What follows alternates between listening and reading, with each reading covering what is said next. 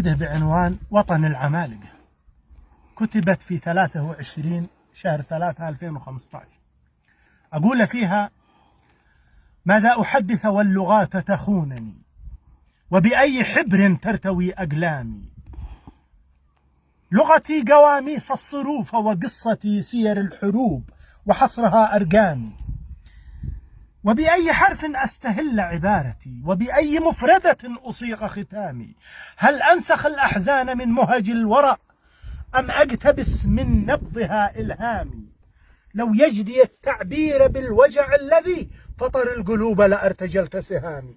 لكن أوجاع الحياة تراكمت، وغدا محيط خطوبها مترامي، فتلكأت كل اللغات ولم تحط بالواقع المتسارع المتنامي. يا كل أوجاع الربوع تحدثي، واستشهدي مما أراه أمامي. وطني جريح والطغاة بأرضه، ومحيطه مزروع بالألغام. وعلى رباه المارقون تربصوا بالأمن ثم تبنوا الإجرام. وتمرد العملاء ثم تجمهروا علنا بلا ردع ولا إرغام. أما الخيانة أفسدت آمالنا، لم تبق للتعويل أي مرامي. ما كان أوسطنا يظن بأنها تأتي على الأمراء والحكام.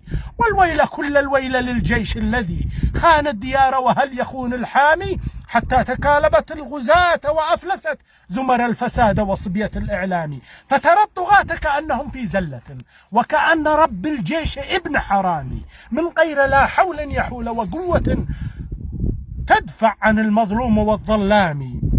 والشعب عاثر لم يحرك ساكنا، جهل السلام فلم يعش بسلام. والأرض تنشد كل حي فوقها حق المعاش وصحبة الأيام.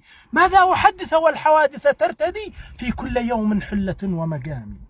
هل أندب العلياء في وطن العلا، أم أشرح الأوجاع من آلامي. وطني حماك الله من شر الورى، ورعاك والي نهجك الإسلامي. أما الذين تقودهم أحقادهم للنيل من وطن عظيم سامي، أولئك الأوغاد سوف أحيطهم علما وحسب الجاهلين كلامي. وطن العمالقة الأبات محرم شرعا على الأشباه والأجزام. وطن العمالقة الأبات محرم شرعا على الأشباه والأجزام.